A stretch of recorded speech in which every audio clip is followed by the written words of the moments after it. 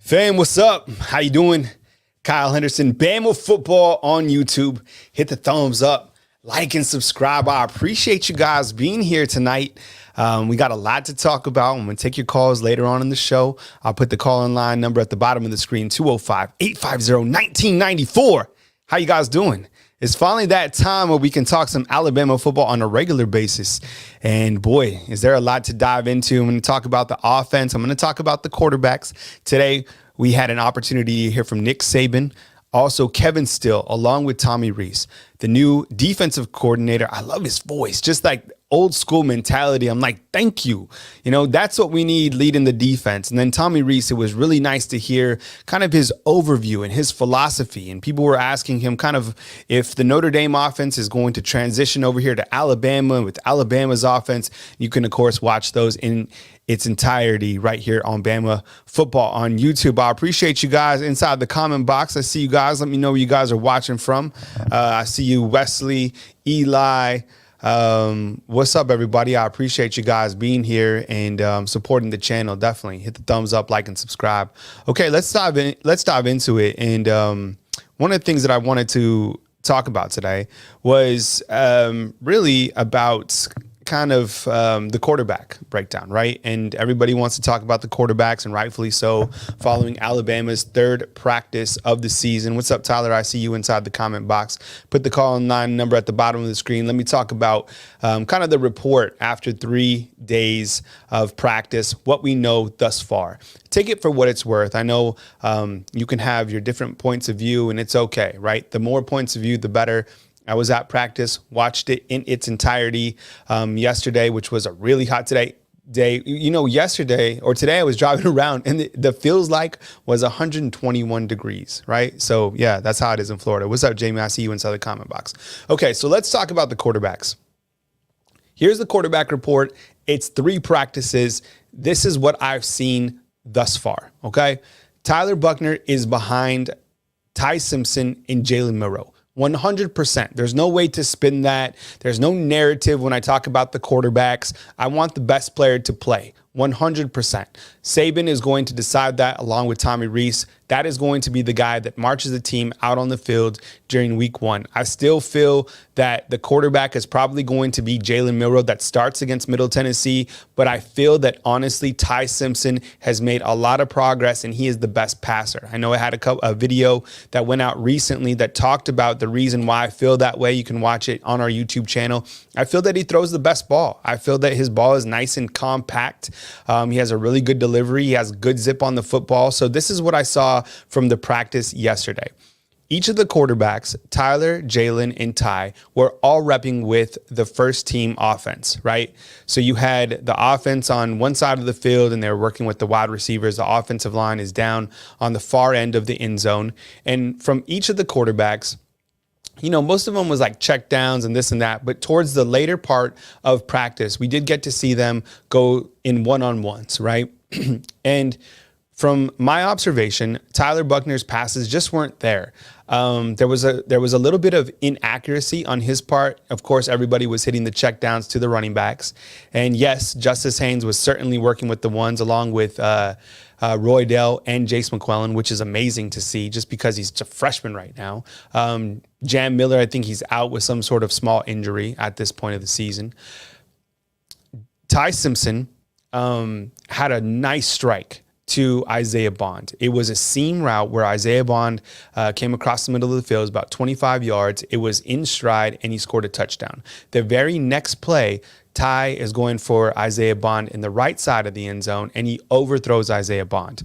There was another time where Ty went to Isaiah Bond again, and it was a wide open pass in the end zone, and Isaiah Bond dropped the pass. Okay, so the takeaways from that are Isaiah Bond is an absolute stud. I think he is probably the most dangerous wide receiver within this group. And that's a very talented wide receiver unit. And that's a lot to say for someone who's just a sophomore, but he has that speed that you're accustomed to. And I think Malik Benson does as well. Over the past, 5 years, we've been accustomed to top end speed. These wide receivers who have elite speed that translates to Sunday. What I mean by Sunday is playing in the NFL. And I think Isaiah Bond certainly has that. He turns heads. You can just see from his top end acceleration that he's built different. He's fast. Kendrick Law is another guy that I like, and we've talked about him several times, along with Kobe Prentice. So those are the guys that were certainly getting reps with the first team, along with your usual guys like Jermaine Burton and Ja'Cory Brooks and Malik Benson. But let me talk about the quarterbacks before I kind of move on to the other components of the offense. I did like Jalen Milroe and the zip on his football. There was a couple times in warmups where he was just kind of lackadaisical with his ball. And sometimes he does that, and it's nothing to really, I mean, it's just, he's getting the ball to his receivers. But even I made a comment to another reporter. I was like, I wish I would see him put some more fire on the ball. And boy, did he. So later on in practice, Jalen Milroe starts zipping the football around, and that's something that I really haven't seen in quite some time from Jalen Milroe. I didn't see that really that much in the springtime, but I did see it yesterday 100%. So when I talk about these quarterbacks, there's absolutely no narrative. I don't care who starts for the team. I'm not riding some guy. I'm not doing that. I'm just telling you what I've seen, and I think Ty is a little bit ahead of Jalen in terms of leading that team. But Jalen is right there as well. So I think those guys are 1A and 1B, and I'd probably put Ty Simpson still ahead of Milroe, but Milroe is making progress, and the zip on his footballs was really impressive to see. There wasn't too many fireworks in terms of like these guys throwing deep balls for touchdowns or anything like that. Like that just didn't happen. The one thing that I will say, and that's kind of the quarterback report. So before I kind of wrap that up, that's what I've seen so far. We had an opportunity again to hear from Tommy Rees. He talked about the quarterbacks and kind of the competitive balance that each of them have, what they liked about Tyler Buchner and so forth. And that's great. So these guys have had 3 practices. This is where it stands. This is a long season. This is a long time before we get to that first game against Middle Tennessee. They're all doing reps. So right now I have it Ty, Jalen, and Tyler, and that's where it stands as of 3 practices. So take it for what it's worth. I wanted to take a quick pause and talk about the offensive line, because that's an area, and I'm going to talk about the wide receivers and the defense, and I'll take your calls later on in the show. But the offensive line, at least for the starters, shakes out like this. And I really do like the offensive line, honestly. On your right, that's big Terrence Ferguson, number 69. Dude's a monster. And I think when he first came to Alabama, I thought that he could potentially play right away just because his body type and his athleticism really stood out on film. Like you hear that adage like road grader. Terrence Ferguson is a road grader. So he hasn't won this spot by any means, and I think Eric Wolford is going to do his best to continue to put the best 5 out there. And in fact, Darian Dalcourt is right there as well at that left guard position. So you can kind of have a slash with Terrence Ferguson and Darian Dalcourt. But Pritchett, I think he had some sort of small injury, but I don't think it's anything to be too concerned about. You have Terrence Ferguson. I think he looks outstanding.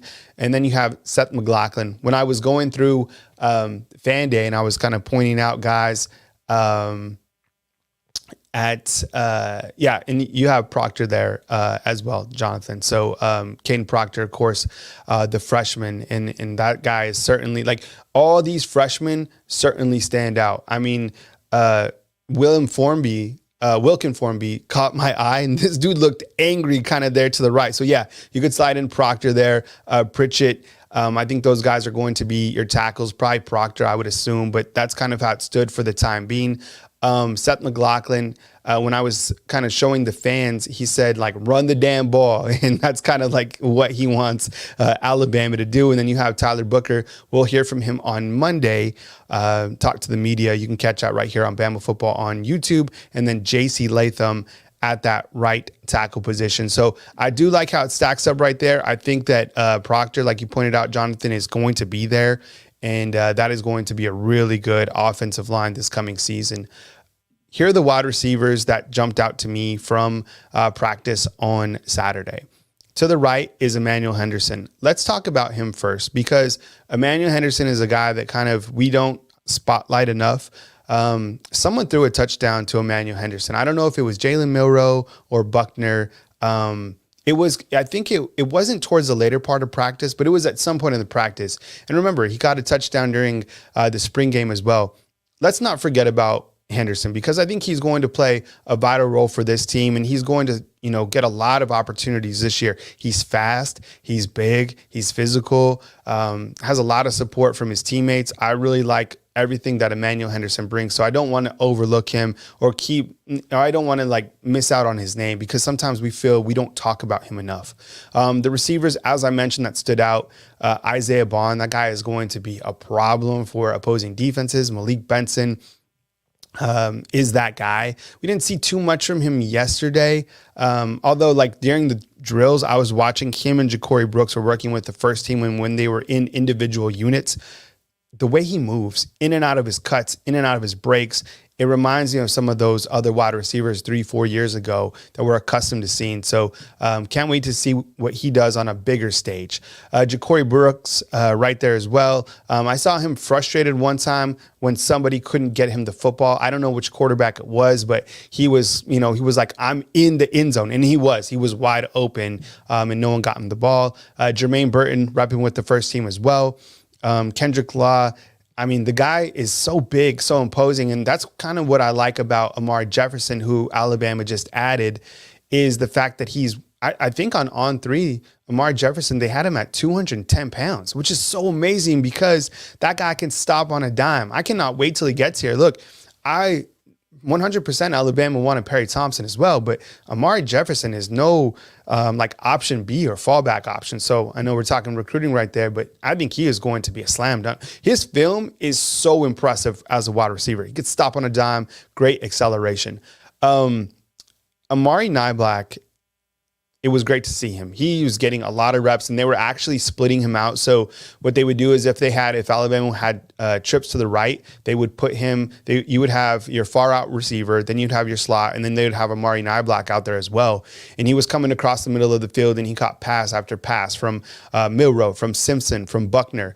And I still think he needs to add on a little bit more weight. I believe the roster has him at 240 pounds or whatever. But Amari Niblack, I think, is going to be utilized a lot. I saw Danny Lewis at the corner of my eye. The tight ends were working. Same with C.J. Dupree. Didn't have too many opportunities to see Dupree, to be honest. Just not yet. I mean, it's been 3 practices. And yes, Kobe Prentice is right there. Yes, Javion Prentice is right there as well. He's one of those sophomores that we talk about. These are just the guys that stood out to me yesterday. But I was saying Danny Lewis, he was in a situation with the outside linebacker. They were going one-on-one. Dude is physical, absolutely like a dog. I was like, whoa, Danny was certainly bringing it. Let's talk before I take your calls. Let's talk about the defense just real quick. And this is what I saw from the defense. And I didn't really see too much of the offensive line. The defensive line. But let's see if we can bring that up. Sorry, guys. I'm trying to get this over to you.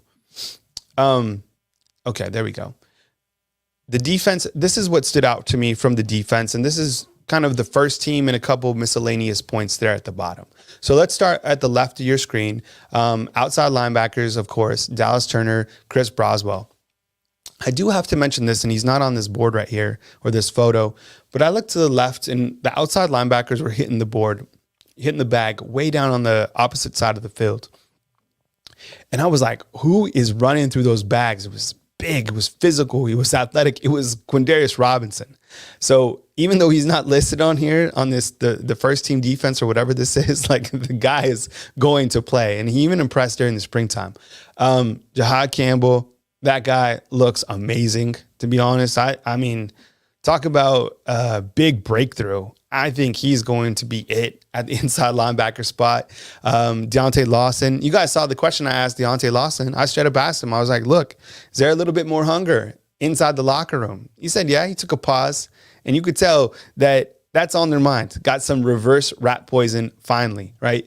On the right, you have the corners, Kool-Aid, Terrion, and Trey Amos. Amos did work with the first team for sure, but you had Kool-Aid and Terrion. Now, I tweeted this out on social media that Terrion Arnold was probably the defensive MVP of that practice. Take it for what it's worth. I thought he did a great job in man coverage. He broke up a couple passes. I think he's done a great job improving his game year over year. And I think people have different opinions about Terrion. I get it. Like, that Tennessee game probably lives in all of our minds, but these two corners are very capable to be the top corners in the SEC. Kool-Aid for sure. Like, there's nothing more to say about him. To the right, the photo is of Malachi Moore, and you can see how diesel he is. What's amazing is Malachi Moore was at the star position, and behind him was Earl Little and also Jalen Key, who is a transfer from UAB.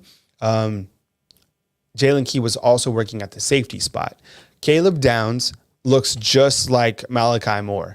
And I mean, which is amazing considering he's just a freshman. So you have a freshman back there, and he's probably going to retain that position. Kevin Steele today was asked about Caleb Downs, and Kevin Steele said, look, some questions are better to be asked to Nick Saban. Nick Saban's been asked about Caleb Downs all spring. I don't think he's been asked about him this year yet, but he had plenty of praise, and I get it. Caleb Downs, one of the top freshmen in the entire country. Same with Justice Haynes on the offensive side of the ball. Now, how about this? Devontae Smith, yes, Alabama has another Devontae Smith, was repping with the first team at the safety position, which is outstanding to hear because Devontae Smith is entering his junior season. He's played in 16 games, kind of spot played, if you will. And now, as of 3 practices, he's getting reps with the first team. I still think there's a lot of position battles that are going to take place, but it's really good to see Devontae Smith because I kind of label him with like Emmanuel Henderson in terms of guys who are certainly capable to play, but starting to make that breakthrough. So maybe Emmanuel Henderson with the breakthrough yesterday on the offensive side, and then Devontae Smith on the defensive side. And again, these are just some spot notes. I'll come back with another video and talk more about the running backs, and really nothing else to say about the running backs. I mean, Jace looks amazing. Roydell does too. Jam Miller, as I mentioned, he's out with some sort of small injury right now, getting like treatment. It's literally nothing. And Justice Haynes was repping with the ones as well. So those guys are all going to get fed. And I did get a chance to see Richard Young yesterday, signing some autographs. I didn't get to see him actually on the field. The running backs were kind of out of my line of sight. But when they did go first team offense, I did see the running backs that were with the first team. Some miscellaneous notes on the defensive side. You have Christian Story, who is in some sort of a knee brace. And then you have Tony Mitchell, who clearly is back on the team. We reported that in the summertime. And he's working with the third team. He's wearing number 27. Of course, Coach Saban was riding him like he rides all of his defensive backs, right? And Jalen Key was working at star as well as safety. So again, I will recut this video and you guys can watch it in its entirety as I talked about the quarterbacks at the beginning of this particular video. So please hit the thumbs up, like, subscribe. Now is a great time to call in. I love to take your calls, and you can get the call-in line number. It's at the bottom of your screen. Call-in line is open, 205-850-1994. If there's a question that you have about the team, let me know. If you want to talk about the quarterbacks, let me know. I certainly want to hear from you as we go into this very pivotal August, right? I mean, I think this is a time where Alabama needs to figure out which guy can take the team by the horns and be that guy to lead this team on the offensive side of the ball. Is it going to be Ty Simpson? Is it going to be Jalen Milroe? And I think the long shot right now is Tyler Buchner. And I was talking to guys within the media room, and just because whoever starts this first game against Middle Tennessee, that doesn't necessarily mean that they're going to be the quarterback that starts against Texas or that continues to start the rest of the season. What does that mean? Does that mean we're going to get multiple quarterbacks throughout the first part of the year? Possibly. We'll take our first call and we'll start right now.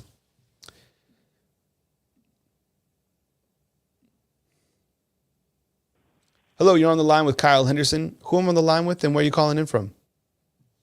Hey, this is James from Mississippi. How you doing, man? I'm doing amazing. Thank you very much, James. I really appreciate you calling in. It's your show, man. Take it away. For what I'm looking at, I did look at the press conferences today. I seen that we got a mentality that we can't have the past mistakes in the past. From what I'm looking at on the depth chart of what you displayed, I feel pretty confident about the team all the way. Uh, Even when it comes to the running backs, Tom Reese said that he feel like he's like a kid in a candy store because he has so many backs and everything like that of that nature. What's going on. So overall, with that being said, I'm excited for this year, and I do see us maybe even maybe winning it all this year from what we're looking at and everything like that of that nature. You know what? I certainly think, well, first of all, thank you very much for calling in. I really appreciate the support to all of our callers and everybody watching across the great country. On the line with James from Mississippi. Tommy Rees comes in, and it's not his playbook. It's Alabama's playbook. And today he even said that. He said that he was actually surprised himself about the learning curve and how quickly he was able to pick up Alabama's offense. Now, one of the most interesting points was a reporter asked him about Notre Dame's offense and kind of the personnel. And Rees said that the personnel at Alabama is clearly different than the personnel at Notre Dame. And look, Notre Dame is going to have guys, but they don't have the speed. They don't have the size that Alabama does, right? So I'm really curious to see how he can utilize all of these components and all of these weapons, because I've said this before many times on my show that Tommy Rees did a great job with the balanced attack, utilizing the tight ends, utilizing the running backs. A lot of these guys got touches. Not only the running backs were catching a ton of balls at Notre Dame, and so did the wide receivers. So Tommy Rees, it was really great to hear him today. What else you got for us, James? No, just to piggyback off, I do see a balanced approach. I think the tight ends will be utilized more this year, to me, due to the simple fact it is of where he came from, even though the personnel is different.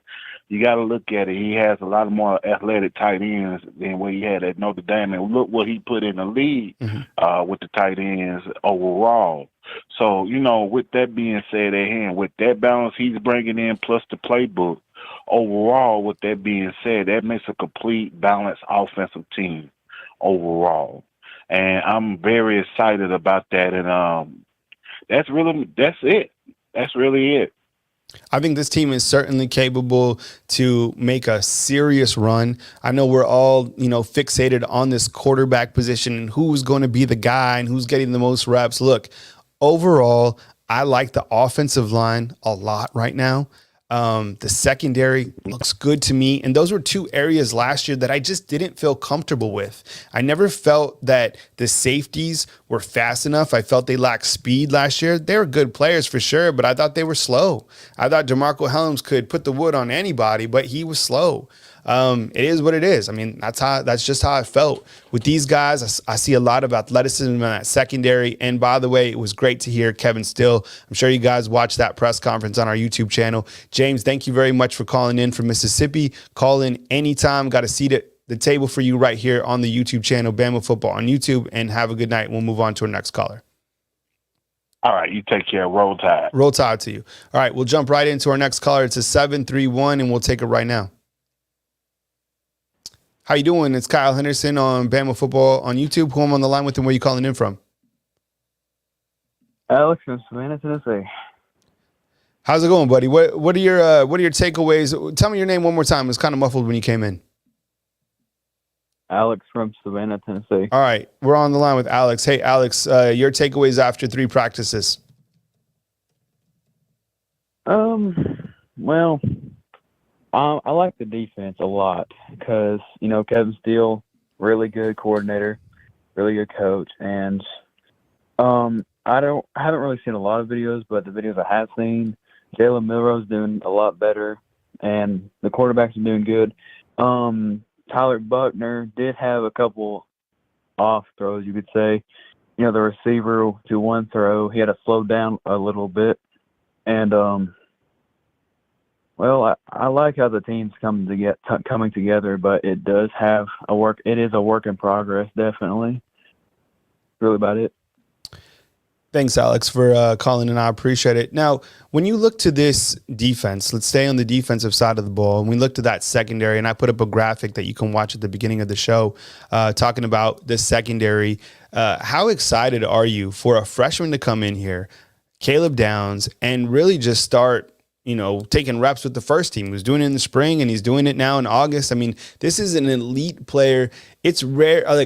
Yes, freshmen certainly play at Alabama. It happens every single year. But to have a freshman come in and start on the defensive side at safety, what does that tell you? Like, how excited are you to see Caleb Downs in action moving forward? I am very excited. I can't understate that, but I think he will really be very special for Alabama. Like not Minka Fitzpatrick. What's his name? Sorry, I forgot his name. There's plenty of them, right? Yeah, he was like a safety. I forgot where he went. But I think he turned out to be. I think he'd be really good, like he was. And I think he's very, very special, and I'm very excited to see how he does this year and in the future. Well, I appreciate it, Alex. Smoking Bud inside the comment box. What a name. Is saying Landon Collins, probably the name you were looking for. Alex, call again next time. I appreciate you, man. I'm going to move to my next caller. We're going to fly through him tonight. Appreciate it. All right, roll tide. Roll tide to you. All right, that was Alex calling in from Tennessee, actually Savannah, Tennessee. Appreciate it. Coming to you from beautiful Tuscaloosa, Alabama, down here at the bottom of your screen now, right in front of you. Kyle Henderson of Bama Football on YouTube. Hit the thumbs up, like, subscribe, fam. Honestly, I want to say this, that I really appreciate you guys being here on the YouTube channel. I need your support. Those thumbs up, the super chat, everything. I really appreciate it. Giving my all to give you the best Alabama football content today. Look, I'm in charge of all of it. The press conferences, I do all that stuff, uploading everything. And the audio for Saban, he was speaking kind of soft, and then there was like some audio stuff. So I uploaded it, I boosted that stuff, but man, like, I get it. The audio is the most important thing to me. So I always appreciate your guys' feedback when we talk, the Nick Saban press conference. I know how important that is to you. We'll move to our next caller. There's Coach signing autographs. He had like 1,000 to go through, and it's a 256, and we'll take it right now. Good evening. You're on the line with Kyle Henderson. Who am I on the line with, and where are you calling in from? Hey, Kyle, this is Adam from Talladega. Adam from Talladega. I appreciate it, man. What's on your mind? Go ahead, shoot. Yeah, well, I remember telling you the other day that we needed one of every kind. And Kevin Steele reaffirmed it today, and so did Tommy Reese. He said we got one of every kind in the tight end room, and he expects big things out of that. And, man, I tell you what, when I watched the spring game, I was wondering who number 30 was. I thought it was a tall, skinny dude. You know how the footage was on the spring game. You couldn't really see good. But, no, I watched a podcast today with Chris Braswell and Jihad Campbell, and oh, my God, this dude. How is he not on, I mean, how bad are the other dudes that he ain't number one right now? Oh, my God, this dude is a monster. You need to see these podcasts with Chris Braswell and Jihad Campbell. He's a monster. I did. He's like one of them dudes I was telling you about with the deep voice. Oh, yeah, I just want to go up there. No, you know what? I did, Adam. I watched it, and I was blown away with the size of Campbell.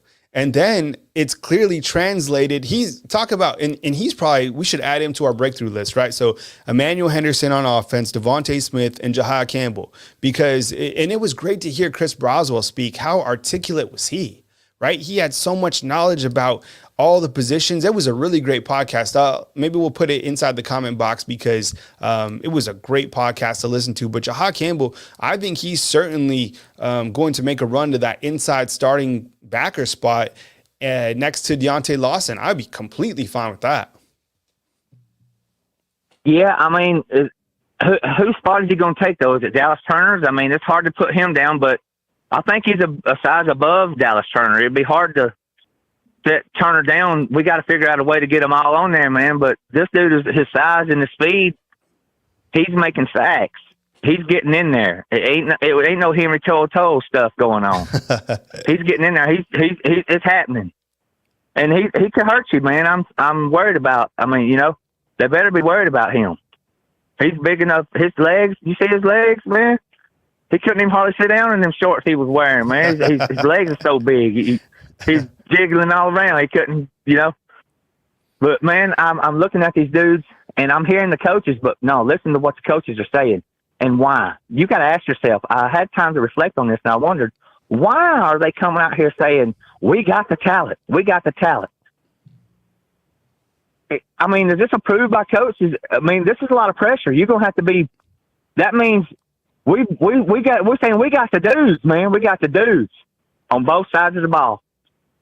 Now that's gonna immediately apply pressure to the dudes because we can't say we got the dudes in right here and look dumb. Don't get the job done.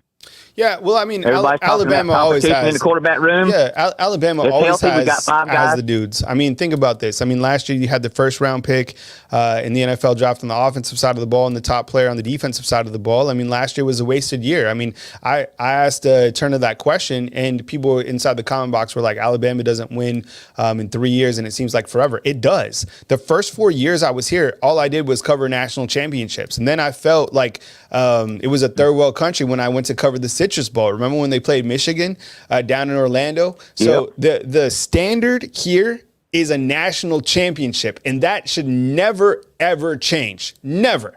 Under Nick Saban. Well, here's Never. how you answer the question of how you going to work five guys.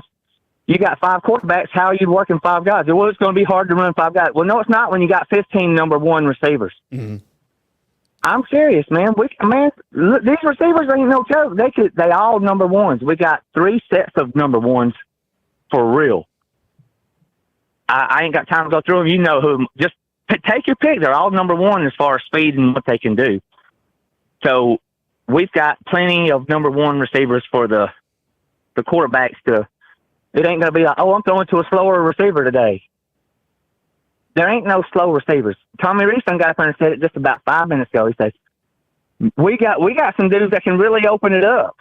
No, we're going to try to do the tight ends a lot. They're really kick butt, but just wait till you see who we got on the receivers. He's talking about Jaden Hale. He's talking about Emmanuel Henderson. He's talking about Kendrick Law, Toby Prentice, Ja'Cory Brooks, man, Isaiah Bond, Malik, man, we got it, dog. It's on. Jordan, everybody's scared. They know they're scared. I know this. Everybody knows they're scared. They better be scared, and they know they're scared. Because how often do you get, oh, you know what very coachable means? It don't mean they say, we tell you to do something, and next time you'll be, all right, coach, and then next time you don't do it. It means, when we want you to run out there, you didn't chip last time. So next time, you chip. So he runs out there and he chips, and then he says, okay, well, when you chip, you're not chipping him good enough. The dude he knows you're chipping him. He's ready for that. Does he think he's going to get knocked down, or is he ready to get chipped? You know, you got to do better on that. So that's what he means by coachable. They'll accept and keep on grinding and keep doing new things. And not just leave it at, they're coachable. That's what he means. They're making progress with every little aspect. And somebody said the other day, Kevin Steele's teaching us the little things.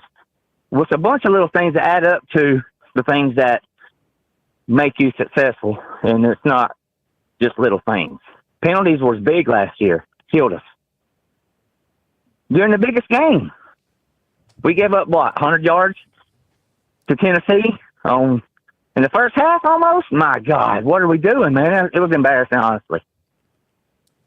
And so, with them saying that everybody's coachable and they're doing their job, and Saban opened up the press conference the other day he told the players it was 4 or 5 different plays that cost us the season. Every play matters. And now I got them saying that everybody's doing their job and we got talent. Everybody better be nervous, man. Everybody better be nervous. Adam, I appreciate you. I appreciate you calling in, man. You always have such good context, and you're good. I think I had you as my third caller tonight, so I like you in that meaty spot of the lineup. If this is a baseball lineup, you're knocking in RBIs, man. I'm gonna run to my next caller, but call again anytime, Adam. I always got a spot for you from Talladega, man. You're one of my favorite callers early on in the season, so you're on my top batting lineup list, man. So Adam, I appreciate the call, and we'll catch up with you next time. Tyler, I just got one more thing for you, man. I know that you said you didn't want to come on here and not say much if you didn't have no news, but we want you to come on here and talk. We don't care what it's about because we sit and wait for your videos. You need to keep them coming more often. We don't care what you talk about. Just get us hype, baby. Get us hype. I appreciate the support, Adam. We'll catch up with you next time, bro. Come on with it. We love you. Bye-bye. Love you too, bro. All right. That was my boy Adam from Talladega. I got a 251, a 601, and an 850. We're going to get to you guys all right here inside the comment box on the call-in line. Alabama football report tonight with myself, Kyle Henderson. Like and subscribe. I really appreciate you guys calling in. I appreciate the support. Got a super chat just a little while ago. Definitely sincerely appreciate that. Thanks for sticking with me tonight on this beautiful Sunday, August 6th. This is a great time of year. Alabama's has had 3 practices thus far. Tomorrow we'll have an opportunity to talk to, I believe, Tyler Booker and maybe Jace McClellan, I think it is. We'll have those interviews posted for you right here on our YouTube channel. We'll take our next call, and we'll start right now with 251. Hey, thanks for calling in. You're on the line with Kyle Henderson. Who am I on the line with, and where are you calling in from? Hey, bud. It's Kevin from Mobile. What's going on? What's up, buddy? I appreciate you calling in, man. What's on your mind? Take it away. Hey, man, just wanted to talk a little bit of Alabama football. I like your show and the concept of it. You got some big balls on you to take calls without having a screener like these radio call-in shows that are full of yes, man. I like your style. You know what? I really don't. I mean, I'm independent. I speak my mind. I really don't give two whatever about what people want to say. I think that I'm man enough to handle it. People call in, they could talk, whatever. I mean, I'm a man. I'm about to be 40 years old. So like, come with it and let's talk. Let's really talk. Like, I really want to tell you what's on my mind. I'm not going to sugarcoat anything. Like, why would you listen to anybody that was telling you something that wasn't true? Don't you want to hear the truth every single time? Like, you deserve to listen to somebody's truthful opinion. And that's what drives me crazy about like this whole quarterback thing. Right now, the best quarterback from what I've seen is Ty Simpson. Why would I lie to you? Honestly, like there would be no narrative to do it. Well, that's kind of what I was calling in about. You know, Milroe is an awesome prospect. He is going to be a #1 draft pick, probably top 10. He's going to make that Florida quarterback's combine numbers look like chump change. You know what I mean? But this guy is if he was just a little bit better passing the ball. I haven't seen him this year. I know he's done a lot of work, and I know a lot of people come on here talking a lot of talk about this guy and this wide receiver and this tight end and these guys. Man, it's all talk. All I hear is talk. You know, hey, at Alabama, I'm pre-Saban era. We won 10 games pre-Saban for fun. They had to rob, cheat, and steal Alabama out of games when they were on probation. They ran Shula out of Tuscaloosa because of that. That man constantly won 10 games, and they constantly robbed them out of game after game against Auburn. All of them fluke streaks against Auburn and LSU that they had against Alabama during them days. But them days are over. And I'm not talking bad about y'all or anything, but these Saban era fans, hey man, it's not, you got to go out and take it. Saban came here and took it. He came here and took over. You know how many coaches he's ran out of the SEC? You want a meat list of how many coaches that man's ran out of the SEC because of his coaching? He came in here and took it. These players have got to do that. I don't want to see no #1 top prospect showing up to a press conference because he's been laying around in the damn tub too long and ain't got his shoes on and stuff of that nature. That pisses me off. Okay? The guys that laid the foundation for this that we have right now, that these guys are laying up in these fancy-ass tubs and all these fancy-ass facilities, they were in a pool under tarps full of ice and water at their practices. cooling off. These guys now, they have a damn spa. The Alabama has, hey man, all these fancy ass facilities have bred a bunch of front-ass players. I'm sick of it. I'm glad Kevin's still back. I'm so glad. I hope he instills some discipline into these defensive players because they can't tackle. Show me somebody that can tackle in 2023.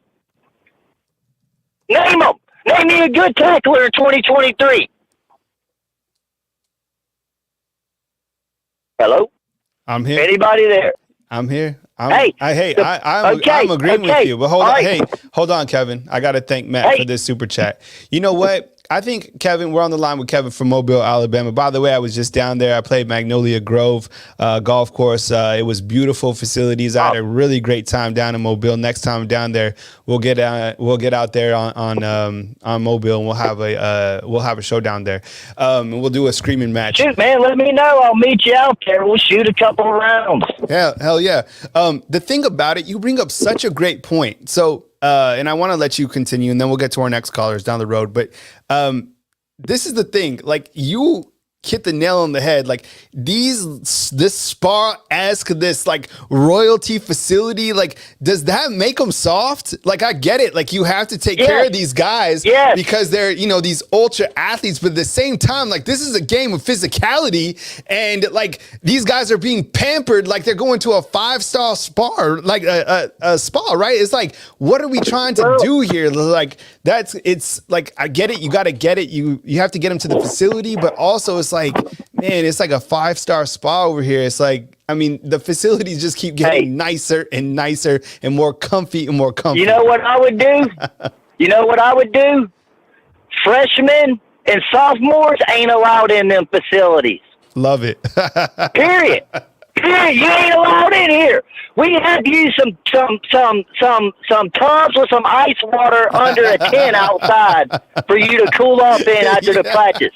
Man, you gotta earn to come in these doors. You know what I mean? But I'm glad Kevin's still back. I hope that he instills some 2007-ish discipline into the defense. And I like Milroe, but I think he's a true Wildcat quarterback. If you're going to play Milroe at quarterback, play a true Wildcat. Let him throw it.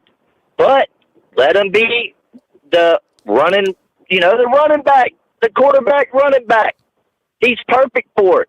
These people want to put a round peg into a square hole. Okay? Well, here's a phenomenal running athlete. And no, man, let's don't do that. Let's turn him into a passer. Let's turn him into a pocket passer. No. Put him in a shotgun and just, hey, Wildcat, throw it or pass it. It's a real simple game. The guy's huge too, man. He looks great.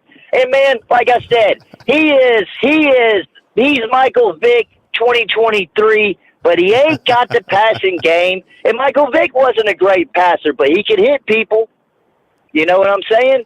If that guy comes out this year and hits some people, he's gonna be a phenomenal athlete. Like I said, I think he's gonna be a phenom at the combine and all that. But man, I'm gonna let you get on with your show, and I appreciate you taking my call, and roll Tide. Call in again next time, Kevin. I really appreciate the call, man. Great all call. Right, bud. Yeah, thanks, man. I appreciate it. Kevin from Mobile calling in and firing everybody up, speaking the truth, right? Call-in line number is 205-850-1994. We got a 601 and a 334 in the queue, along with the 805. Just hang tight real quick. Kyle Henderson of Bama Football on YouTube. Hit the thumbs up, like, subscribe, fam. I really appreciate it. Got another super chat. Thank you so much.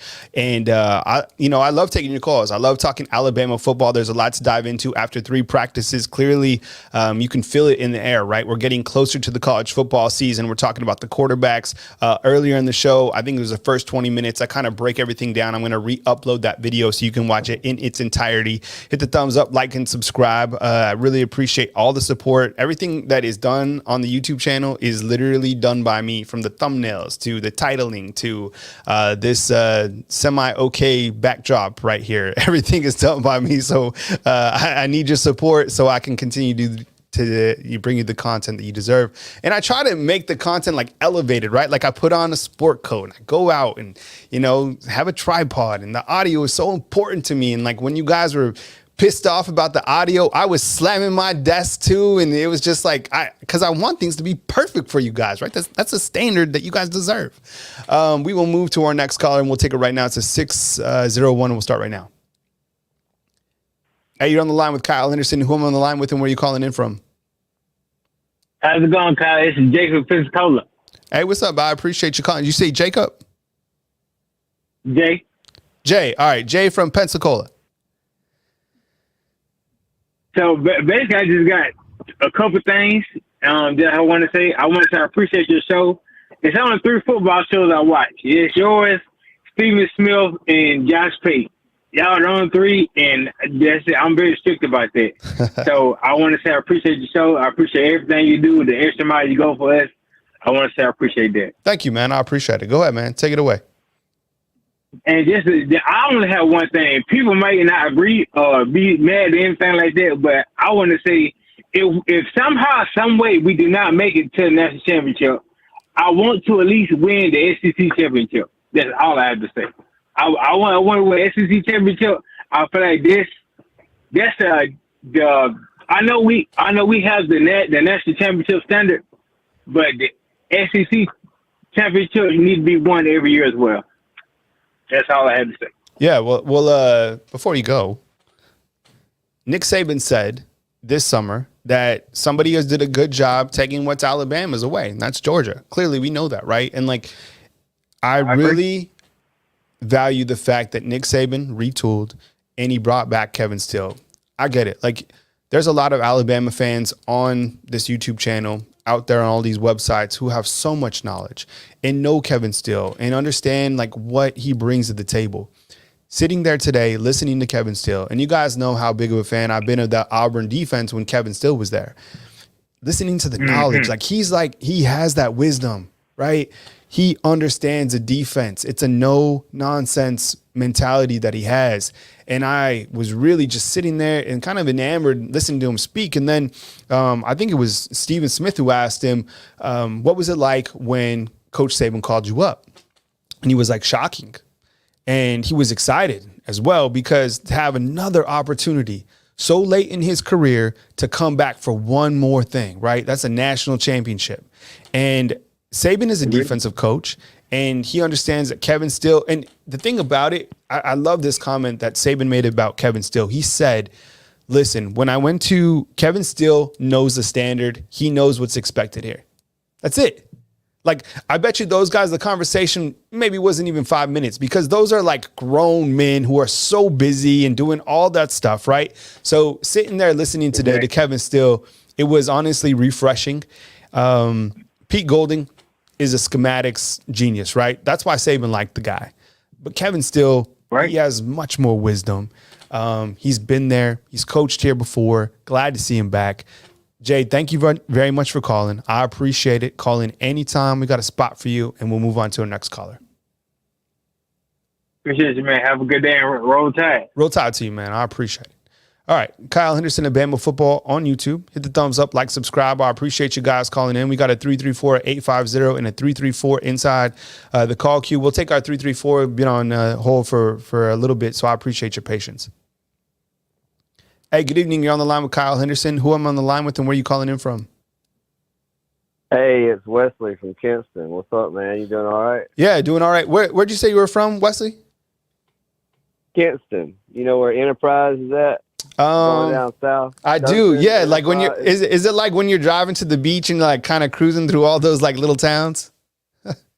Yes, sir. We're the so like the 3-4 months of you got spring break, and then you got the beach traffic. It's horrible through here because it's Panama City. I'm an hour and a half from Panama City and Destin, and it's the main little funnel, and everybody. It's just a mix of all kind of different state tags coming through here right now. Someone's saying we're about ready for it to end. Yeah, no, I got you, man. So it's your show, man. Take it away. So it was kind of surprised me, Devontae Smith getting the first team reps the other day. We were going to go. We wound up going to the Montgomery Zoo instead of the open practice, but we couldn't make both. We were going to try to make both, but had to take the kids to Montgomery Zoo. We were excited about that, but Devontae Smith making a few first team reps. What about Earl Little? Is there anything negative that's come out about him, or is it just him beating him out? No. I think, right now, I mean, anything that we throw up on the board is kind of, some early stuff of really probably nothing. I think there's still a lot of position battles to kind of go through. And when you look to the Alabama secondary, I mean, the guys that are currently, seated at the first team or whatever it is, are very capable. I mean, I was like you. I was shocked to see Devontae Smith out there. No disrespect to him. I just felt that maybe Jalen Key coming in, maybe we'd see him there early. But again, like this guy just got there. With that said, Trey Amos was repping with the first team. It was certainly Kool-Aid and Terran Arnold 100%. But I think, you're going to need other corners to come in. And Nick Saban has always said this, just because you don't just have 11 starters on each side of the football. You have multiple starters, right? There can be 16 first team guys. But I think sometimes we get so fixated because you go back to high school and you're like, who's the first team guys? No. Not at this level, not at the NFL. There's different packages. It just doesn't mean there's 11 guys that are your starters. There could be 16 or 17 guys that are starters. Trey Amos is probably a starter, along with Terran and Kool-Aid, depending on the package. True. And I really wasn't even saying it, I see it as a good thing if them guys are stepping up and taking some of those first team reps. It means that everybody's being well-rounded, It's more depth. That's the name of the game nowadays with everything being like it is. The more depth we get, the better it is. So I just didn't know if there had been anything. I hadn't heard anything, which I guess Devontae Smith wasn't in Earl Little's the star position. He was in a safety position, correct? Yeah, so you had Devontae Smith and Caleb Downs as the safeties, and then you had so what that did was allowed for Malachi Moore to move to star, and then Earl Little is working behind Malachi Moore at that star position, and then also working at the star position was Jalen Key, but Jalen Key was also working at the safety spot. Right, and Saban said he was not sure whether he was going to work Key on in the star position or in the safety position. Basically what he was saying, he couldn't see if he was going to work, he could work either basically with his body size, but I didn't know about that. And then I guess the only other thing that I really got is I heard that Jaleel Hurley got a little injury. Is that something that there were a couple guys there were a couple guys that had nicks and tweaks or whatever, but I mean I don't think anything was too serious from practice. I think this is probably such a common occurrence that happens. I mean, we all played sports and there was not at this level, but it's we get it. These guys are going to get banged up or whatever. But no, I don't think it's anything really serious, unless Saban would have told us today. He did mention a couple days ago that Dio Jones-Bell had some sort of a medical issue. That's why he's no longer on the roster. But I think, it's just kind of these early season, cuts and scrapes or whatever. For sure. Yeah. So I'm ready. I'm actually excited. I'm already banking on going to the fan day, because I was pretty excited. I'm going to get I was at the very first camp Alabama had, Nick Saban camp. And I got the picture at the 50-yard line with Saban that first year. I was going to get him to sign it. So I'm going to get him to sign it next year. But yeah, man, I'm excited for the season. And I'm going to try and be what is the schedule? So you got Sunday night and then you got Thursday night? Or how that was kind of so and he's asking about my live schedule. So Sunday night for sure. and during the season, I'll get kind of to a rhythmic, but I was thinking about having Sean and Jarek on a Monday night show, giving those are two of our best callers, having them have their own kind of fan show on Monday and then coming back on Tuesday. Wednesday night's tough for me because I have Coach Saban at 6 and then I have B-roll and then, I also have 2 kids. So like the evening time is a little bit tougher to navigate, but it's the best time to have live shows for me. But definitely Sunday night, and I'll post out a actual schedule on the header of the YouTube channel to kind of inform people when I am going live to get a more rhythmic schedule. Great question. All right, yes, sir. Yes, sir. All right, man. Well, I'll be sure to make sure I tune in and call in, man, and roll Tide. Yeah, roll Tide to you, man. All right, take it easy. All right. We got an 805 and a 334 and one line open. Kyle Henderson of Bama Football on YouTube. I appreciate you guys calling in. Always curious to see where you guys are calling in from because there's so many people across the country. I remember when Tua was the quarterback here, I got this huge Hawaiian following, and I used to do the show at 10 in the morning, but then I realized that nobody in Hawaii could watch a show. So that's what kicked me to the evening time. But when you have it made with the Hawaiian group, man, I had it made in the shade. I was getting Hawaiian chocolates. They were sending me fish jerky. It was an unreal experience, which I'm still grateful for. I made some really good friends as well. Call-in line is 205-850-1994. It's at the bottom of your screen. You can see it, and I really appreciate all the support. We got 3 callers in the call queue. We will take the 805, and we'll start right now. Hey, what's up? You're on the line with Kyle Henderson. Who I'm on the line with and where are you calling in from? Hey, Kyle, it's John from Gulf Breeze, Florida, right outside of Pensacola Beach. How you doing on this Sunday night? Oh, I'm doing amazing, man. I feel great. It's like I'm so excited because it's such a great opportunity to cover Alabama football or cover college football, right? Like I love sports just like you do. But like this time of year, like this, air, isn't it? and this is the great time. Like the kids are getting ready to go back to school. It's getting hotter in Alabama, right? Because August and September, September sucks. No, the weather doesn't change in September in Alabama. It gets hotter, right? Like you get one more like scorching month. But I'm loving it, so it's all good, man. But John, what's on your mind, man? Take it away. Awesome, man. I've been watching your show now for a couple of years and just wanted to call in and give my thoughts on the season. I actually have someone really close to the program. He's actually one of my professors. I do online school for Christian studies, and he told me that he's seeing a lot of 12 personnel going on in practice. So are we kind of looking similar to how Georgia did? You know what? That's interesting. I mean, do you have the guys do you have the tight ends to do that? Right. I think that. We have that. I think that transfer is going to be, he's going to be a dynamic player, and it's going to set up a big showdown if we make it to Atlanta against Georgia, I think.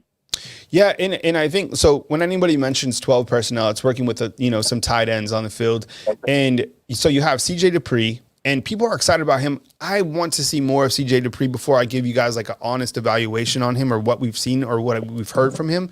But Amari Niblack, he's going to play. Like he is in the first team rotation. The quarterbacks were going for him time and time again. So it would be great to see Amari Niblack finally be kind of that multi-versatile wide receiver / tight end that some other programs have had across college football.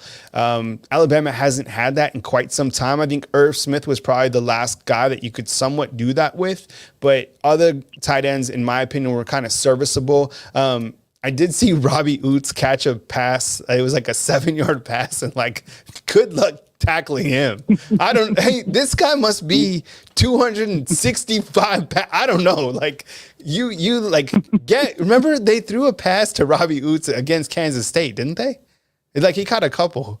And yeah.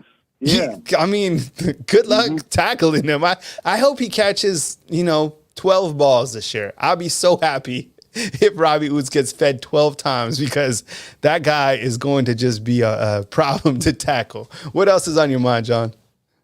Because I'm telling you, man, just to continue with that a little bit, Brock Byers is the most insane player I have ever seen. He's the biggest mismatch.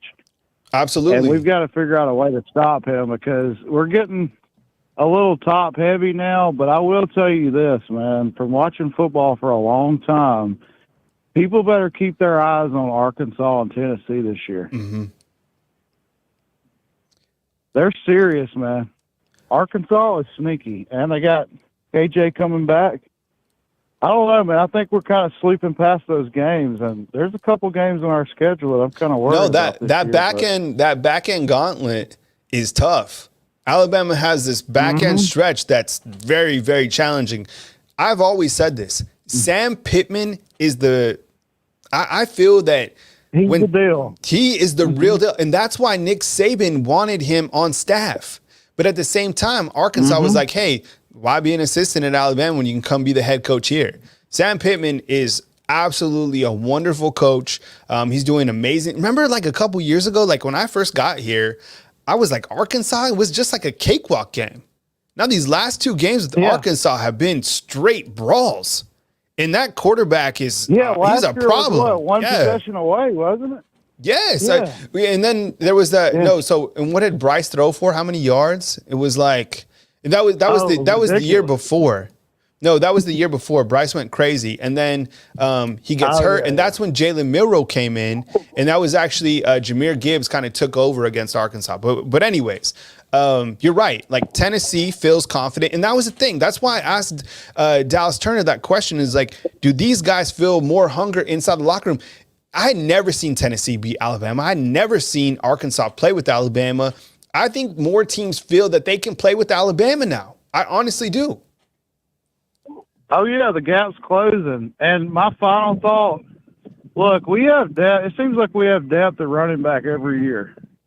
But I really want to see somebody separate from the pack. You know, our running backs are known, the good ones, for taking that extra step, you know, after contact. They take that, they give that little bit of extra. I want to see somebody really separate and start showing something. So I didn't feel like I felt like Brian Robinson, he just underperformed just a little bit. Like he had a little bit left in him is how I felt. I don't know. That's my opinion. No, I kind of feel the same way. Look, B-Rob's doing his thing. I mean, the recovery story for him is great. Great person right here out of Hillcrest. But he was just like never really got to that level that we thought he could. But he was a beast, and the guy was always healthy. He was a beast, right? He was a beast, 100%. So, I'm curious to see out of those three running backs. I'd probably list it right now: Jace Roydell, and then Justice, and then like Jam Miller. Kind of just, he's there as well. I think he just has some sort of injury. I've mentioned that a couple times. But John, I appreciate it, man. Thank you very much for calling in from Gulf Breeze, Florida. We appreciate your support, and please call again next time. Yes, sir. Roll Tide. Have a great week, man. Try to stay cool. Yeah, absolutely. All right, thanks. Roll Tide to you as well. We got a 334 and 256 inside the inside the call-in line. I'll get you guys soon on the call-in show. My name is Kyle Henderson of Bama Football on YouTube. Hit the thumbs up, like, subscribe. I really appreciate you guys' support on all the videos. If you guys could get inside the comment box when we post a video, I want to talk about what you guys want to talk about, and I will post a live schedule. I know Sunday night works out for a lot of people, and probably Monday, I might do a show every day. I don't know. We'll see how this goes. So I appreciate you guys, because I know I got a ton of support. Like I could probably do a show like you guys call there, like the call-in line never stops. So we certainly want to have that element. And then it was cool. Like the other day I went live from Bryant-Denny Stadium, just down on the field, and I was just showing fan day, which is really cool to get to see kind of the players interact with the fans. And Coach Saban had to sign, I don't know, I'm serious, like 1,000 photographs or something like that. And, Adam, what's up, man? I appreciate it, man. There he goes. Adam, thank you very much for the super chat. Sincerely appreciate it. Means a lot. And we'll take our next caller on that note. Hey, what's going on? You're on the line with Kyle Henderson. Who am I on the line with, and where are you calling in from? Ronnie from Opelika, Alabama. All right, Ronnie, what's up, man? What's on your mind? I appreciate you calling in. I was just envisioning something with Jalen Milroe and a package that Cam Newton ran at Auburn. Wide out, the wing back out wide, have the option to hand off or run the option up the middle. Same thing with the running back. Fake it to the running back or give it to the running back. If you don't give it to him, run it up the middle, and the double play action pass, which with Auburn, about 80% of the time, it was open, wide open, usually, and do it and hurry up with the offensive line that we have. Do you feel that it's going to be Jalen Milroe to start out these first couple games? I think the first game, I really don't know, but the Saban formula usually works out. Right. I think it's worked out every time he's been there. So whichever way the cake is baked, it has turned out good every time. The cake has always been tasty. Yes. Yeah. The way he does it. But if it was him, I would make sure I have that package in hurry up. The thing about it is, that's a great point, okay? Because a lot of that does revolve around the athleticism of the offensive line. Now, some of these guys that Eric Wolford brought in, they're younger guys, and Caden Proctor, Welcome Formby, some of these other younger guys, they're absolute monsters. But are they also athletic, right? Like in no hurry situations, like what is that dynamic going to look like?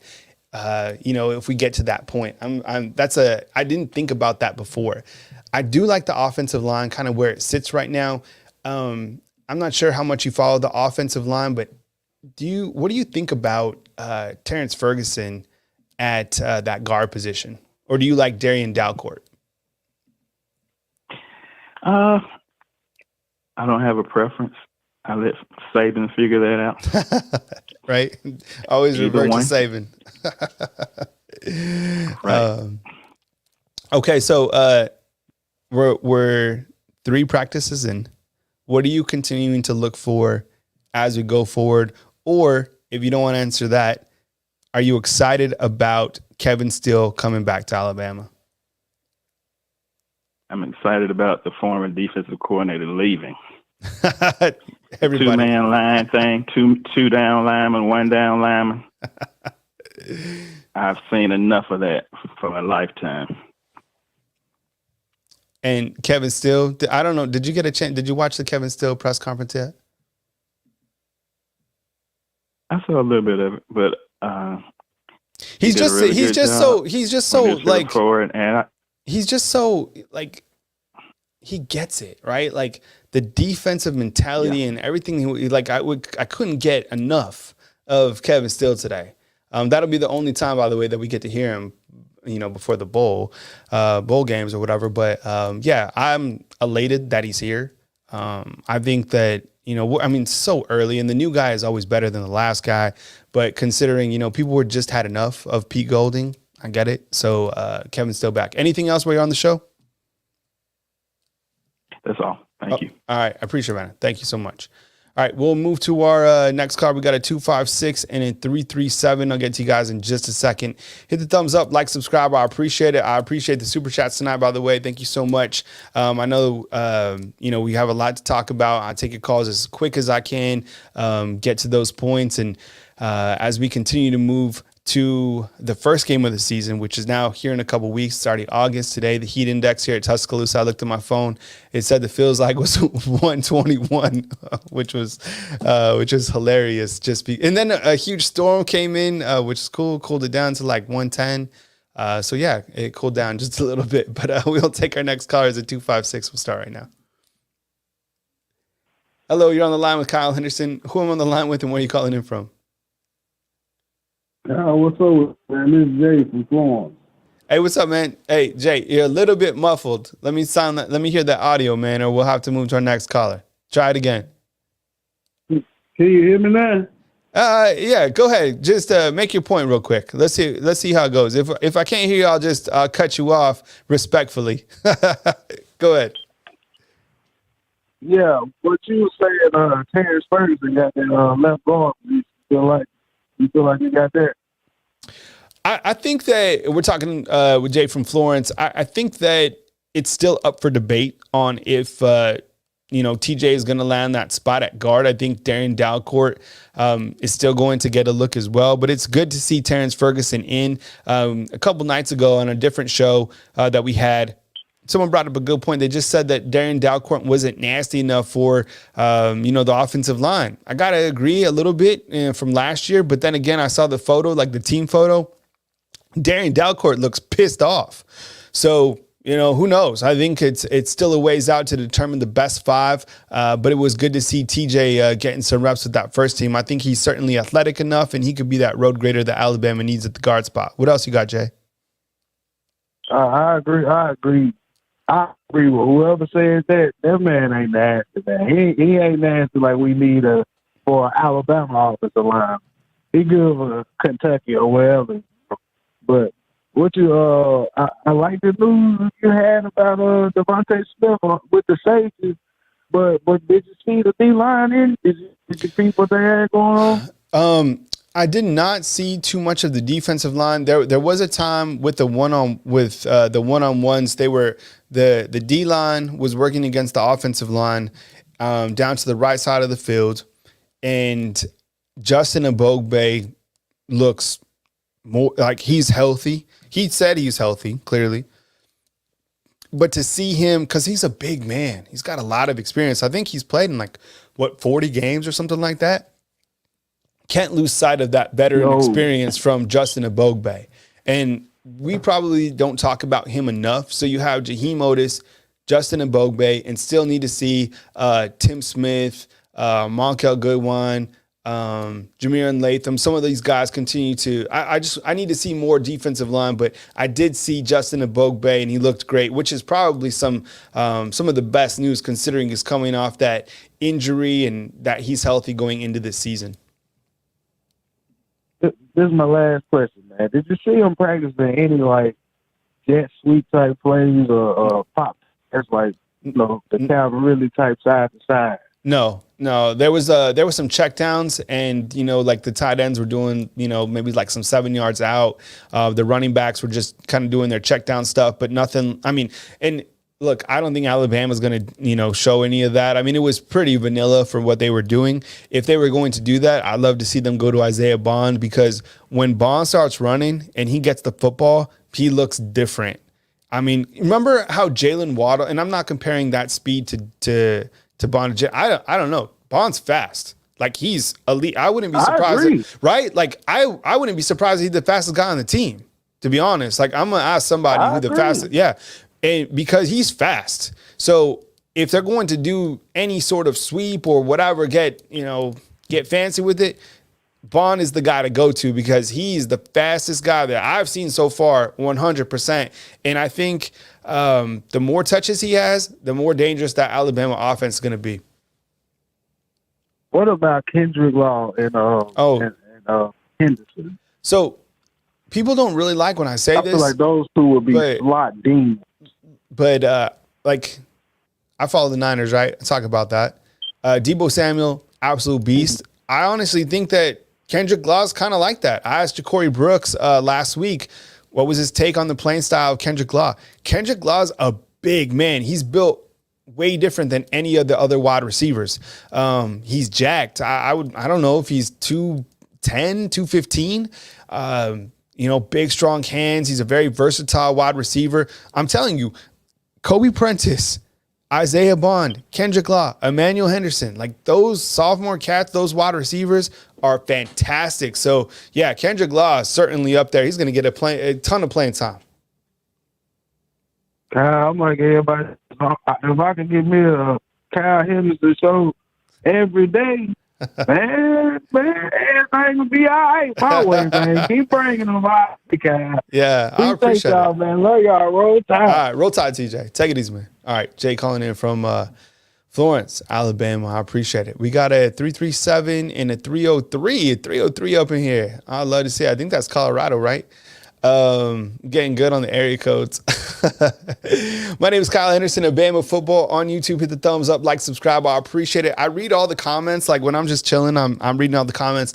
I try to get back to you as much as I can. If you guys have questions for me inside the comment box, but I do all this by myself, from the stand-up shots to the press conferences, and trust me, everything is about quality. So I'm trying to give it to you the best way because that's a standard here when you cover the Alabama Crimson Tide. We will take our next caller and we'll start with this 337 starting right now. Hello, you're on the line with Kyle Henderson. Who am I on the line with and where are you calling in from? Hey, man, this is David from Louisiana. Hey, what's up, David? Thanks for calling, man. Long time no talk. You made me, you made me YouTube famous the other day on that short video on the YouTube short. I was scrolling through, I was like, let me listen to this, and I heard my voice. I was like, "Oh my Lord, this dude done put me on YouTube." But anyway, I mean, I watched the press conference today with Coach Saban and Kevin Steele and Tommy Rees. It was really good. I like where, like, Nick Saban, he kind of made a comment about the quarterback situation. He said, over the years that I've been coaching here, he didn't say it like this, but sometimes he takes that second cake out of the oven, like in a national championship in 2018 when Tua Tagovailoa come in and beat Georgia. It just goes to show it could be the middle of the year and he swaps quarterbacks for the rest of the year because he ain't happy with the first quarterback. And he said, this is what he said. He said, quarterbacks around here change from time to time. You just never know who's going to be the starter. One might impress one game, and the other one come in and impress just as good as the other one did. As far as quarterback, like I've said before, I don't care who gets it as long as we can win, and they're consistent and don't make a lot of mistakes and errors, As far as Coach Steele today, he has that deep Southern drawl, kind of. If you listen to some old Paul Bear Bryant videos or speeches, he sounds almost just like Coach Bryant. I mean, he has that deep authoritarian voice.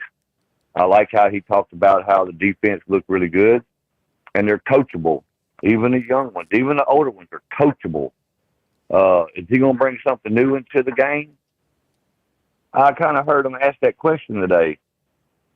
He said, this is Coach Saban's defense, basically. This is what he's grown up. He's been doing it longer than him. He's the greatest. Coach Saban's the greatest defensive mind in the country. But they, like you said, some of the other assistant coaches, like Coach Roach and some of the other ones, they have their meetings and they put their little ideals in, throw them in front of Coach Saban, and if he likes them, then they'll use them. I heard, I didn't get to listen to all of Tommy Rees's interview, but what I heard was he was very impressed with the running backs, the receivers, and everything else. I think we're going to be just fine. Like I said, the biggest games that I worry about is going to be, the Iron Bowl. That's always, it doesn't matter how good Alabama is or whatever. It's going to be, a knockdown drag out. That's bragging rights through the state. And then you have that LSU game. It's going to be a tough game too. They're bringing back just as many starters from last year than anybody else in the SEC. So they're going to have a veteran team. I just can't wait to see how well our offense can click, and our defense. From what I'm seeing and gathering, the defense is just going to be, like we said before, playing good old-fashioned murder ball, and I can't wait. And I hope there's purple and gold blood all over the football field. It just stains it.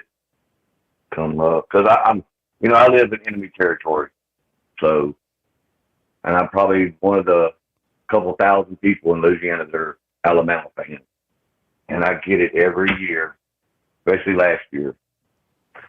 But other than that, man, I just wanted to throw it out there. And another guy I listen to from time to time, Jimmy Stein.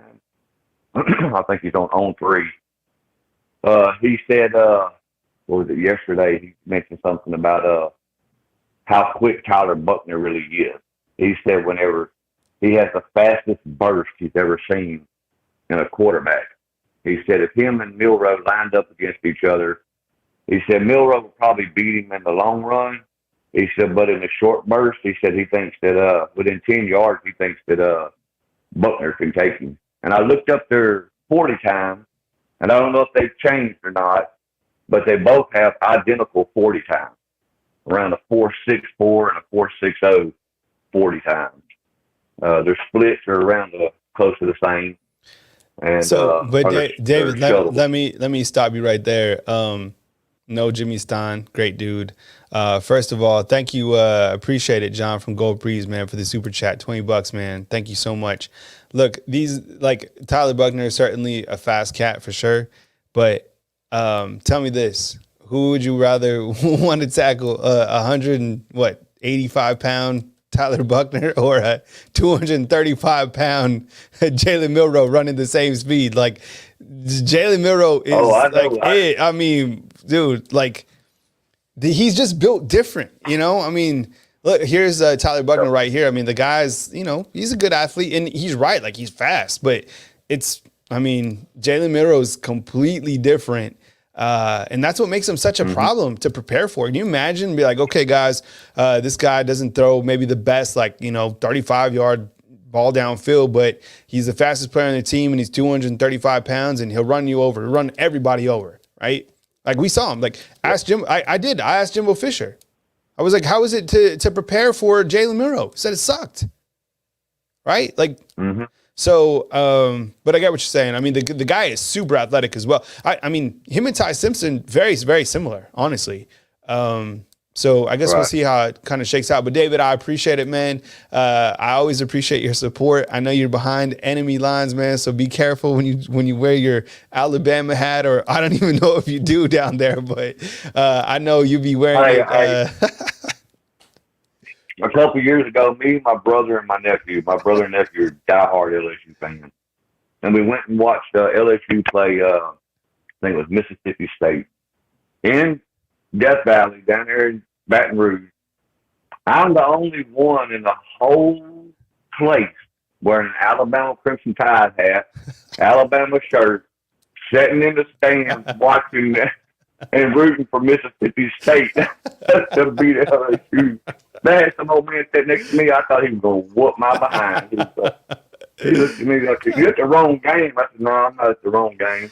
But anyway, other than that, brother, God bless everyone. God bless the United States of America. Y'all stay safe. We'll talk to y'all next time. All right, man. Thank you. Thanks for calling in, David. Yeah, that's funny. I love when David calls in. All right, we got a 303 and a 773 inside the call queue. Get to you guys in just a second. Appreciate you guys calling in tonight. It's been a great show. We've been all over the place. We've been up from Florence down to Gulf Breeze and everywhere in between. We were just in Louisiana. And I think our next caller, at least the area code says Colorado. Let's see what's happening. Hey, good evening. You're on the line with Kyle Henderson. Who I'm on the line with and where are you calling in from?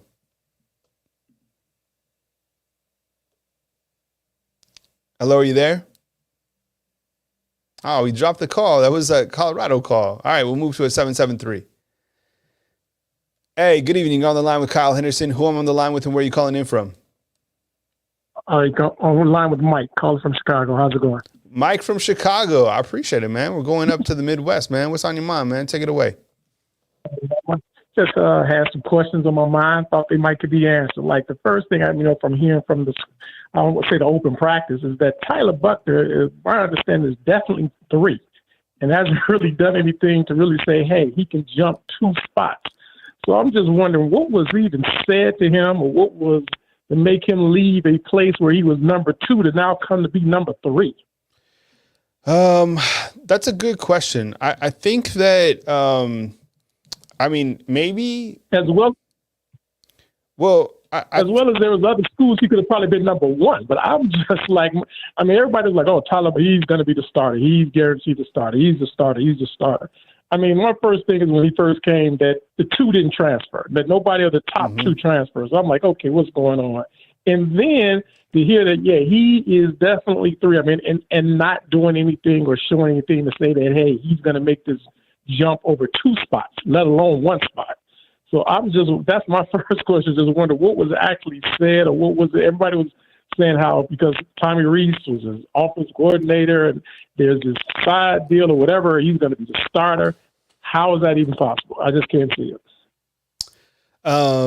Well, I think that's a great point. I think, look, clearly with Tommy Rees coming in, maybe in some way he felt that he would have, edge coming in, which he still might. I mean, look, there's only been 3 games, and we're not going to discount any of these quarterbacks just yet. But I do feel, and you're absolutely right, he's number 3, 100%. But what do you expect? I mean, this is his 3rd practice. He just got here in the summertime. Imagine trying to build that continuity. I mean, during Fan Day, I walked over to Jalen Milroe, and there was a line for there was 25 people in line to get autographs from Jalen Milroe.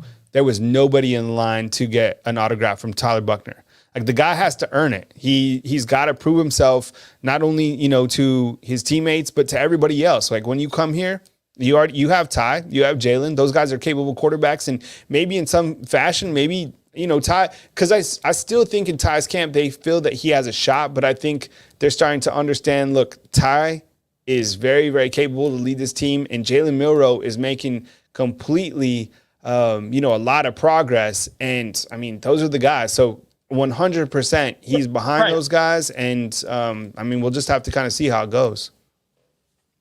Right, I mean, because I think with Ty and Ty Simpson and Jalen, you're comparing against Bryce. If you took out Bryce, they would probably be, each one of them can probably be capable of leading the team to be successful, good quarterbacks. I mean, they may not be great, but you would look at them as good quarterbacks.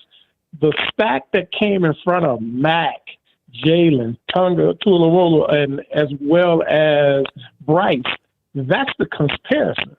So I would assume that Tyler to jump those two has to come. I mean, they're good quarterbacks, but Tyler to jump those two, he has to be like day one showing me how spectacular he was, not coming in and being like, okay, I'm 3 and there's nothing really to say, and I should be more than 3. Maybe I wasn't there, you were there. That's the thing I'm trying to say is that there should be some form of something to say, hey, I even have a chance. Because if you're just coming in being okay and you're not beating down the door yet or show something to say that you can knock down the door, I do not understand how you leave a place. As I say, you're leaving number 2 to come somewhere number 3, as well as other places you could have went to be number 1. I never will understand that move. Second thing I want to know is, let me just hit on that point. There's been so many quarterbacks to just transfer, right? Like, that's the world that we're in now. So, I mean, players can transfer and, there's different transfer windows. I think that, the whole cake, I think Tony Tsoukalas from Rivals said that this is the great cake bake-off, right? We're just waiting to see this cake develop. I love it. I was like, that is perfect. It's early. And you're right. Look, competition, you know what makes everything better? Competition. 100%. So, Tyler Buchner comes here, the new guy from Notre Dame, all these quarterbacks from Notre Dame, he comes here. Look, these guys are stepping up. So Ty and Jalen, these guys are like, okay, welcome to the quarterback room. Take a back seat. So these guys are balling out. I love the competition. So let's just, look, Alabama will have its first scrimmage next Saturday. And that'll be a good gauge of how these guys are starting to do. But this quarterback battle, and this cake is nowhere being ready to eat by any means. What else is on your mind? Got one more question.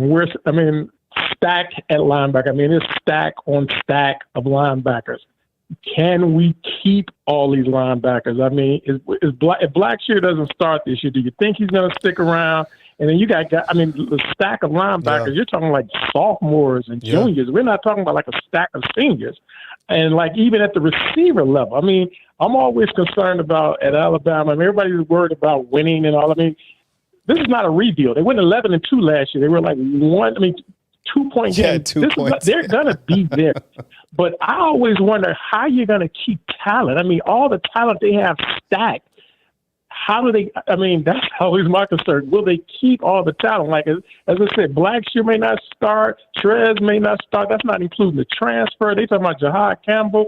That's not including the ton of outside linebackers they have. Yeah, like what about like Jeremiah Alexander? Right, you can go down the list. Kendrick Blackshire. Like, there's so many guys that like haven't even got a taste yet. And then not to mention, exactly. you know who we haven't even mentioned this name on the show tonight, Keon Keeley. The guy looked like he was in the NFL. Honestly, like the guy's a complete beast. He just got here. You know who else just got here? Yanzi Pierre. So like, but with that said, Mike, this isn't the first year that Alabama has been absolutely loaded at every single position. But what I would be interested in, and maybe I'll ask Coach Saban about this, and I think we know the answer, right? Because you can take so many guys now, you can like rebuild your roster very quickly. But this would be my question. Coach, has NIL and the transfer portal made it more challenging to control your roster year in and year out? Because over the last 5 seasons, that hasn't been a factor. But now you're starting, like, think about recruiting and think about the transfer portal. Like, it's very difficult to keep track of the guys on the roster. Now, Alabama can go out and get guys, but yeah, absolutely. Hey, you haven't played in 3 seasons here. Come over here and be a starter. And look at the guys that transferred out from Alabama, that are now probably projected starters at other spots. It's going to happen. There's going to be guys that we're talking about right now that do transfer out. That's just the world that we live in. I was just, I follow Trey Sanders on Instagram. I mean, that was another guy transferred out. JoJo Earl, he transferred out. I thought, maybe those guys could see some playing time, but they just didn't. So now we don't even talk about those guys anymore. And there's guys that are going to fill that void. But you look at the receivers, they're 9 deep. We're talking sophomores and freshmen. We're not talking like seniors and juniors that you say, okay, they're going to move out. I mean, this is a young team, a very talented team. I just say, as you said, with NIL, as well as transfer portal, it's just hard for me to see the amount of talent that sits there. How are you going to keep them? And then I'm like, there's some guys I'm hoping to win, even though I don't think they may not be the best player, like Blackshear. I'm hoping he actually get a chance to play because he's been there for 3 years, and to be there patiently for 3, only to now have 3 other guys sitting there, maybe 3 other guys sitting in front of him. I just, those are the things that, concern me about a longevity of a dynasty. Is now you have a total different type of atmosphere where you just can't keep this talent, and they're deep. They're deep at certain spots. We even talking about Devontae Smith. I was happy to see that he actually got some time on the field because he's been there for a while. And you got guys coming in as, 2 5-stars, I think, DBs that came in last year. And you got more guys coming in. It's hard for me to understand how those are the 2 things that I always wonder. How you keep the talent, and then that crazy move by Buckner, I just did not understand it because I don't think he's going to see nowhere close to the field. Nowhere close. All right, thanks a lot for hearing me. Roll Tide. All right, roll Tide to you. That's Mike way up in Chicago. We're going to take our last call tonight. It's at 334, and we'll start right now. Hey, thanks for calling in. You're on the line with Kyle Henderson. Who am I on the line with, and where are you calling in from? Hey, what's up, man? This is Skip up here in Jackson, Tennessee. How you doing, buddy? What's up, Jack? Would you say Jack?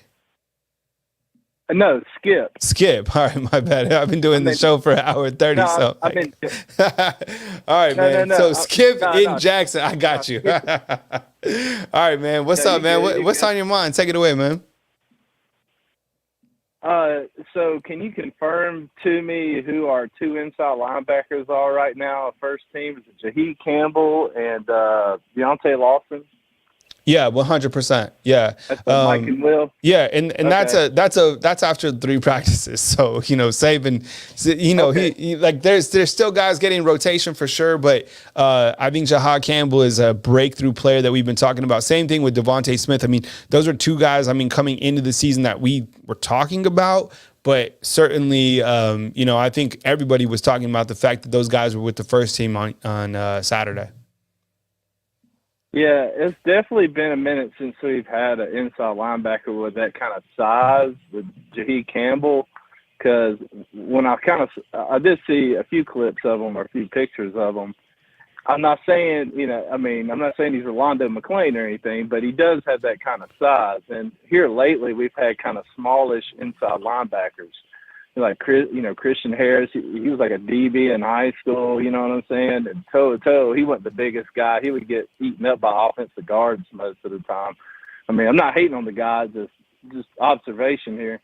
He was a good linebacker at Alabama, but, I like having that physical inside linebacker that can take on an offensive guard and shed that blocking and really shut down the middle of shut down that middle run right there and read your keys right. And it's going to help because Jaheim Otis is in front of you this year. He's going to be able to eat up a couple blocks.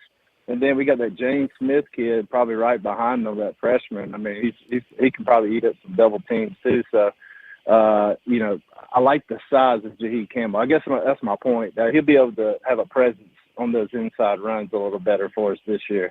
Yeah, I think so. I mean, and if you watch the game against Kansas State during that Sugar Bowl, I was really blown away with Deontay Lawson. I mean, he certainly got some really good reps, and I'm just really pleased to see Jaheed Campbell start to emerge right now because I think he was a guy we're always curious about coming out of the IMG Academy, and now to see him at this level, I mean, Hattie Man is just pointing out right here in the comment box, due to 6'3", 230 pounds. I mean, can you imagine that? You're talking about that physicality in the offense. You pair that with Hattie Man saying in the comment box, Otis and Caleb Downs. I mean, there's so much talent on that defensive side of the ball. And like I said earlier, too, it's really nice to see Justin Mbogbe now healthy because he brings that veteran experience. It's an overall young, some of the guys have they've been here for some time, but they don't have a lot of playing time, right? Like even Devontae Smith, he's going to be a junior this season, but he's only played in 16 games. And I think like somebody said at SEC Media Days, Alabama has one of the, on both sides of the ball, they return the least amount of returners, or the least amount of game experience, but the guys have been here. Which is great. So, and especially on the defense, I can't wait to see it. I don't know if you had the opportunity to watch the Kevin Steele press conference. I highly recommend it. Watch it a couple times. I mean, the guy just has so much knowledge, and it's good to see him at this point of a career still so fired up and kind of the wealth of knowledge that he brings. He's coaching the overall defense too. That's his position, is just like the overall defense. Clearly he's a defensive coordinator, but Saban didn't say he's going to focus on one particular point of the defense. He's going to kind of coach everything. Yeah, he's been coaching longer than I've been alive, so I'm glad to have Kevin Steele back on campus. And but I didn't see his press conference, but I did see Tommy Rees's press conference, and one of the reporters asked him about a question he had at SEC Media Days about something like if you had to go back to college to play another position, what would it be? He said a pulling offensive guard. Yeah. And he likes physicality, But, I mean, that just goes back to the offensive line question. I'm just kind of interested in how it's going to shake out. Because it looks like there's a couple of spots that are kind of up for grabs that are going back and forth in camp. And I've been kind of wondering if Caden Proctor at some point is going to sneak in there and take that left tackle position. I know Elijah Pritchard's kind of floated in there, and I think they've moved some pieces around there at left tackle. But that guy is so big. I mean, if he could just get ready in time for the season, I mean, he could lock down that left tackle spot for the next 3 years. Yeah, absolutely. I think he's certainly going to play a pivotal role on the Alabama offensive line. But you're right. I think Tommy Rees. It was great to hear from him today. He's just so young. I mean, dude looks, what is he, 30 or 31 years old? And then it was funny to listen to Kevin Steele. So people said they asked Kevin Steele today. One of the media guys asked him, he was like, what is it like coaching with Tommy Rees, who's so young? And, there's an age gap. And he's like, well, I've known Tommy's dad before Tommy was born. I was like, man, that's so amazing, So that's it's he's like good. A grandpa figure. I mean, Kevin Steele is just a wealth of knowledge. But he said Kevin Steele said though about Tommy that he was like, if I had to describe Tommy, and just like you said, he'd come back as a pulling guard. He's like, Tommy is a defensive minded guy. And he's like, I hope I can say that because that's what he's like. And he said he's always even. I mean, look, Coach Saban's had a ton to say about Tommy, and now is a great opportunity for him to step in with an unknown quarterback. Who's it going to be? Say what you want. That's a lot of pressure stepping in, and but he's got all the pieces to work with. Anything on your anything else before we let you go, Skip? Yeah, real quick. And a lot of people have been talking about how he likes to utilize the tight ends, and I think we got a good blue collar group of tight ends this year. And the one I've been kind of looking out to see just how he's going to develop, because I do like his size. He has that kind of NFL size, is Amari Knobloch. I love the other guys. They're really blue collar, and they're going to be really good for us. But he has that kind of NFL size that scouts like. And if he can kind of break out or, get some targets this year and kind of show what he's got, I think he could be a breakout tight end for us. But the other guys, he's got 4 or 5 tight ends he could rotate in and out if he wants to. He could put 3 tight ends out there if he wants to. And I saw him do it at Notre Dame. So, if we want to play that power inside run game, play action tight end, kind of murder ball as y'all been calling it, it's all going to be dependent on the physicality of the offensive line. They got to come together and gel, but he's got the tight ends to work with if he wants to do that. Can you imagine C.J. Dupree out there, Amari Knobloch, and then Robbie Oots as like an H-back? Like that motion, has one of them in motion. Yeah, and then, coming on to like a wham block or something like that. Yeah, like I said, he's got the pieces to play with. That's why I'm not too worried about quarterback, because whoever's going to be quarterback, if all the other pieces around him fall into place, he doesn't have to be the first pick of the NFL draft. Okay, we've won championships without guys like that. Jake Coker, A.J. McCarron, Greg McElroy.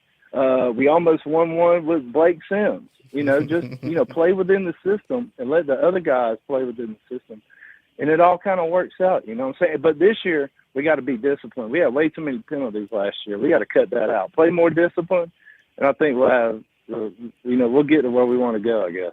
I appreciate it, Skip. Thank you so much for calling in, man. Call again next time.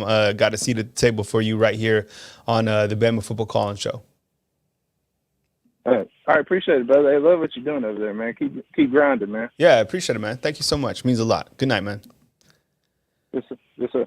All right, that was Skip. Good call to end on. Hey, I appreciate you guys so much. Kyle Henderson and Bama Football on YouTube. Great show. Thank you so much for calling in, everybody. It was an action-packed show. I'm going to recut the beginning when I kind of talk about what we learned from Alabama's third practice. Tomorrow will be Monday, August 7th. We have player interviews, a ton coming your way right here on Bama Football on YouTube. I really appreciate the support. Thank you very much for the super chats. Thumbs up goes a long way. Tune in next time when we come live or any of our videos. Thumbs up goes a long way. Super chats greatly appreciated. One more time from beautiful Tuscaloosa, Alabama, Kyle Henderson of Bama Football on YouTube. Good night, everyone.